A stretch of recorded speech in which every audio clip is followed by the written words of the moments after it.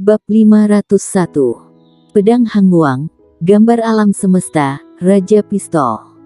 Aku ingin menjadi sekuat dirimu. Kalimat ini diucapkan oleh Rasia Lu sebelum pergi. Melihat punggung Rasia Lu yang menghilang, warrior yang belum pulih untuk waktu yang lama. Dia tahu bahwa Rasia Lu tidak bercanda, karena dia tekad yang persis sama dengannya di mata wanita itu. Dengan temperamennya, wanita itu seharusnya tinggal di rumah kaca untuk menikmati kehangatan dan dirawat, tetapi kenyataan yang kejam membuatnya harus melewati angin dan es dan melihat sisi kejam dari masyarakat ini. Singkatnya, dia adalah wanita yang malang. Tidak benar, dari sudut tertentu, dia seharusnya beruntung.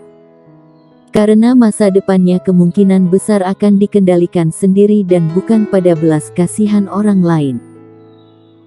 Di benua ini di mana master dihormati, berapa banyak orang yang bisa mengendalikan nasib mereka sendiri. Warrior yang tidak membiarkan Rasia Lu pergi ke wilayah selatan sendirian, tetapi mengirim monster pedang baru, yaitu penguasa kota-kota Wuyong untuk mengawalnya sepanjang jalan. Ada master alam bangsawan yang dikawal, kecuali ada yang sengaja mengincarnya, kalau tidak akan ada masalah. Menarik pandangannya, warrior yang melihat senjata Dao bernama Pedang Hangwang di tangannya. Pedang Hangwang panjangnya sekitar 3 kaki, tubuh pedangnya berwarna biru tua dan seluruh tubuhnya memancarkan rasa dingin sedingin es. Energi hitam mengalir ke tubuh warrior yang, dan pedang Hangwang pedang tiba-tiba meledak menjadi cahaya es yang menyilaukan, yang langsung mengembun menjadi es di tanah di sekitarnya. Efek beku. Warrior yang sedikit terkejut, tidak menyangka pedang ini memiliki kemampuan untuk membekukan. Setelah ragu-ragu, dia mengulurkan tangan dan menyentuh bilah pedang Hangwang. Tiba-tiba, jari-jarinya langsung dipadatkan menjadi es batu. Pada saat yang sama, hawa dingin langsung menyerangnya, membuatnya dipukul tak terkendali. Setelah menampilkan jiwa pedang, rasa dingin dan es di jari menghilang. Warrior yang tidak terkejut kali ini, tetapi sedikit tersentak. Dia tidak menyangka efek pembekuan pedang ini begitu kuat, bahkan merasa berbahaya. Tentu saja, ini jauh lebih buruk daripada pedang instan, tetapi pedang ini mengkonsumsi lebih sedikit energi hitam daripada pedang instan. Dengan kekuatannya saat ini, meskipun dia tidak dapat menggunakannya dengan sembarangan, itu adalah energi tingkat super. Dengan bantuan batu-batu energi tingkat unggul, tetap bisa dilakukan seperti pedang tulang naga. Warrior yang juga sedikit bersyukur saat ini.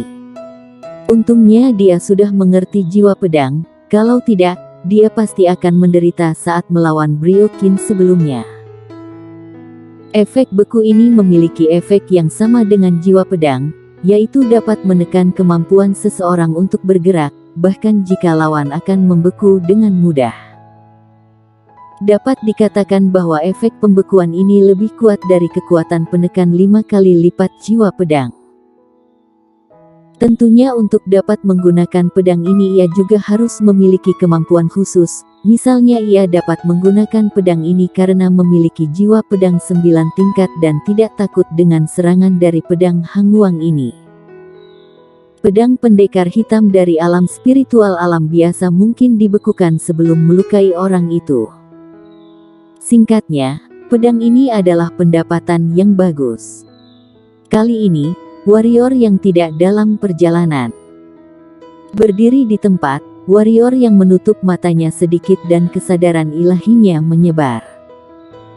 Setelah beberapa saat, warrior yang membuka matanya, dan sinar keraguan melintas di matanya. Dengan lambaian tangan kanannya, roh pedang muncul di sampingnya. Warrior yang bertanya, "Aku mendengar bahwa penguasa kota Liehu mengatakan bahwa setelah aku datang ke wilayah tengah, kerajaan Dinghan mengikuti keberadaanku. Aku tidak menyadari bahwa aku sedang dikuntit sebelum menggunakan pengetahuan spiritualku. Apa yang terjadi? Mungkinkah ada master alam kaisar yang mengawasiku? Keberadaannya dikendalikan oleh orang lain, yang tidak dapat diterima oleh warrior yang karena akan pasif di mana-mana. Roh pedang menyapu, tiba-tiba menengadah ke udara. Setelah merenung sejenak, roh pedang berkata, "Jika tebakanku benar, pasti ada sesuatu yang menatapmu di langit." Warrior yang melihat ke atas, langit biru jernih, dan tidak ada apa-apa selain beberapa awan putih.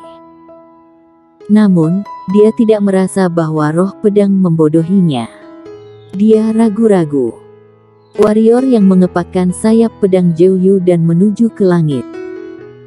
Setelah tiba di udara pada ketinggian 100 meter, warrior yang menyapu daerah sekitarnya dengan indera spiritualnya, tetapi masih tidak menemukan apapun, warrior yang bahkan lebih bingung. Naik terus. Pada saat ini, roh pedang datang ke warrior yang kemudian melihat awan putih mengambang di langit. Melihat awan putih, mata warrior yang sedikit menyipit, dan hatinya bergerak. Cahaya pedang meledak dari kotak pedang biru, dan awan putih itu langsung dihancurkan oleh cahaya pedang yang kuat. Dan pada saat awan putih dihancurkan, seekor elang perak besar bergegas keluar dari awan putih. Sayap elang besar tiba-tiba mengipasi dan menukik ke arah warrior yang.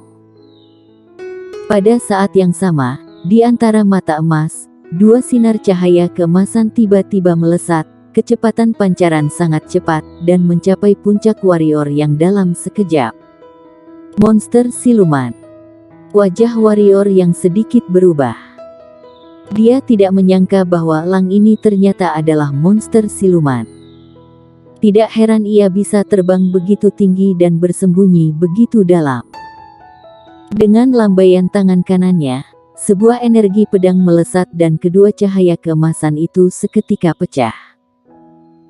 Pada saat yang sama, sosok itu bergerak, dan pedang itu berubah menjadi cahaya pedang, melesat ke arah elang perak yang menukik ke bawah. Ha! Elang membuat teriakan yang tajam dan menusuk, kemudian sinar cahaya keemasan yang tak terhitung keluar dari matanya. Warrior yang di bawah juga mengayunkan pedang Hangwang miliknya dengan ganas dan energi pedang melesat ke seluruh dunia. Boom! Di udara, semburan energi terus bergema. Gelombang udara yang tak terhitung jumlahnya menyebar dari lapisan ke lapisan di udara dan ruang bergetar. Akhirnya, satu orang dan satu elang bertabrakan. Pedang warrior yang menembus cakar elang perak, lengan warrior yang sedikit mati rasa, dan wajah warrior yang berubah. Jelas, dia agak meremehkan kekuatan elang. Pada saat ini, cakar elang perak tiba-tiba meraih pedang Hangwang di tangan warrior yang, tetapi pada saat ini, hawa dingin yang dalam keluar dari pedang-pedang Hangwang, meraih kepala warrior yang. Jelas, elang perak ingin meraih kepala warrior yang secara langsung, tetapi gagal, kepala warrior yang sekeras cakarnya. Warrior yang meraih salah satu cakar elang perak dengan tangan kirinya, kemudian memegang pedang-pedang Hangwang di tangan kanannya dan membantingnya ke perut elang perak. Dengan tes, pedang itu tidak menembus perut elang perak, tetapi saat berikutnya, jiwa pedang keluar dan langsung menyelimuti elang perak. Kemudian, tangan kanan warrior yang terpelintir dengan keras. Dengan tes, pedang Hangwang pedang menembus perut elang perak. Mata elang perak perlahan tertutup. Di tanah, melihat elang perak di tangannya, warrior yang menggelengkan kepalanya, berpikir bahwa jika ada seorang bocah kecil di sana, itu akan baik-baik saja. Ada si bocah kecil, dia tidak perlu melakukan apa-apa. Selama bocah kecil mengayunkan cakarnya, elang perak yang kuat ini harus berlutut dan menyerah, bukan? Bocah kecil. Memikirkan bocah kecil berbulu ungu itu, warrior yang tersenyum di sudut mulutnya, seolah-olah dia harus pergi ke wilayah tengah ketika dia punya waktu. Dia mendengar bahwa Raja Siluman mengatakan setelah bocah kecil diwarisi, dia bisa berubah menjadi bentuk manusia. Benar-benar sangat menantikannya. Menarik pikirannya, warrior yang melemparkan mayat elang perak di tangannya ke roh pedang dan berkata, harusnya bisa membuatnya menjadi budak monster pedang, kan? Roh pedang melirik mata perak dan mengangguk. Setelah melihat ini, mulut warrior yang tersenyum lebih lebar. Dengan monster pedang ini, jangan berpikir siapapun bisa menyerang atau menyergapnya di masa depan. Selain itu, kekuatan elang ini juga kuat. Setelah disempurnakan menjadi monster pedang, itu tetap sangat membantu. Membunuh 2 burung dengan 1 batu. Warrior yang duduk di tanah, mengeluarkan 2 batu energi tingkat unggul dan mulai menyerapnya dengan cepat. Dalam pertempuran sebelumnya, dia merasa sudah akan menerobos. Saat ini alam telah mencapai titik kritis dan dia tidak dapat menekan, tidak peduli berapa banyak dia menekannya. Karena tidak dapat ditekan, maka naikkan saja. Tanah liar. Penguasa manusia, hilang kontak dengan Dewa Mata Elang Perak. Tidak apa-apa. Apakah kamu akan terus mengirim Dewa Mata Elang Perak untuk mengikuti? Tidak perlu. Meski dikirim juga akan mati. Elang perak tidak mudah didapat, jadi jangan sia-siakan pada warrior yang.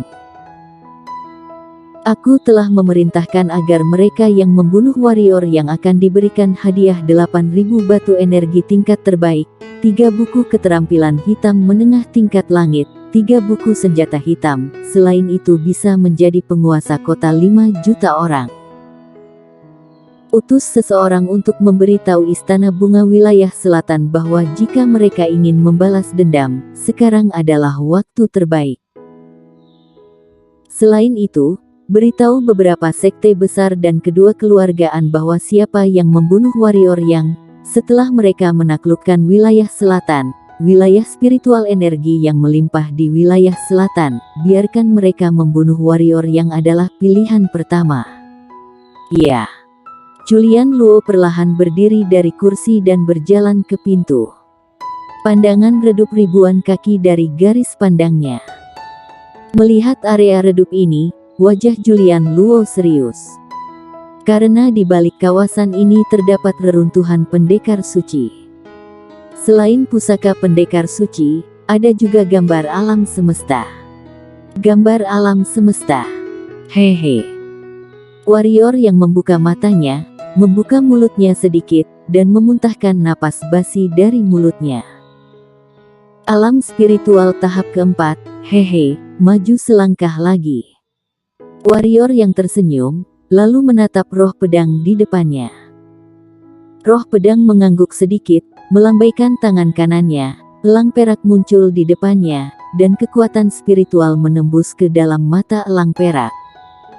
Setelah setengah saat, sepasang mata warrior yang muncul di langit. Mata ini jauh melampaui harapan warrior yang, karena dia menemukan bahwa dia dapat melihat segala sesuatu dalam radius 500 mil dengan jelas, bahkan jika itu adalah seekor semut. Berpikir untuk ditatap oleh sepasang mata yang menakutkan sebelumnya, warrior yang tidak bisa menahan diri untuk tidak bergidik. Tapi untungnya, mata ini sekarang miliknya. Bukan dia yang harus khawatir, tetapi mereka yang akan membunuhnya. Warrior yang tersenyum, dan di belakangnya, sayap pedang Jeuyu melintas tiba-tiba, dan sosoknya tiba-tiba menghilang di tempatnya. Wilayah tengah. Sungai panjang mengalir menembus matahari. Di puncak gunung, seorang pria dengan rambut panjang dan selendang melompat ke udara. Tombak di tangannya seperti matahari yang terik, membawa cahaya keemasan yang menyilaukan dan melemparkannya ke bawah. Tombak itu membawa ekor emas yang panjangnya beberapa kaki, seperti meteor yang jatuh dari langit, dan melesat ke arah harimau putih besar sebesar gunung kecil di bawah. Roar! Harimau raksasa putih itu mengangkat kepalanya dan berteriak. Cakarnya terbanting ke tanah. Seluruh gunung bergetar hebat, tubuhnya melompat dan bergegas menuju tombak. Ping! Begitu keduanya bersentuhan, harimau putih itu ditusuk oleh tombak, kemudian jatuh ke tanah oleh tombak. Boom! Tombak panjang dan harimau putih mendarat. Seluruh lereng gunung tiba-tiba meledak dan asap dan debu yang tak terhitung memenuhi langit. Pria itu jatuh di depan mayat harimau putih dan dengan gerakan tangan kanannya, tombak perak yang dimasukkan ke tubuh harimau putih berubah menjadi cahaya perak dan terbang ke tangannya. Terlalu lemah. Ternyata ras 4 monster dewa tidak lebih dari ini. Sepertinya aku harus pergi ke klan naga untuk melatih keterampilan tangan. Pria itu menggelengkan kepalanya, berbalik dan pergi.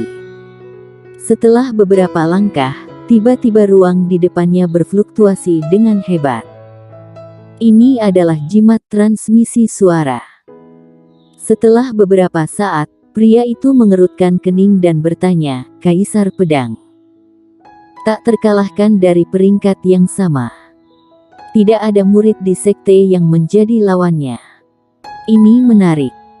Aku tidak menyangka tidak kembali ke wilayah tengah dalam beberapa saat dan muncul jenius seperti itu. Aku harap semoga tidak terlalu lemah, jika tidak terlalu membosankan. Setelah kata-kata itu jatuh, pria itu langsung merobek ruang dan menghilang di tempatnya. Bersambung.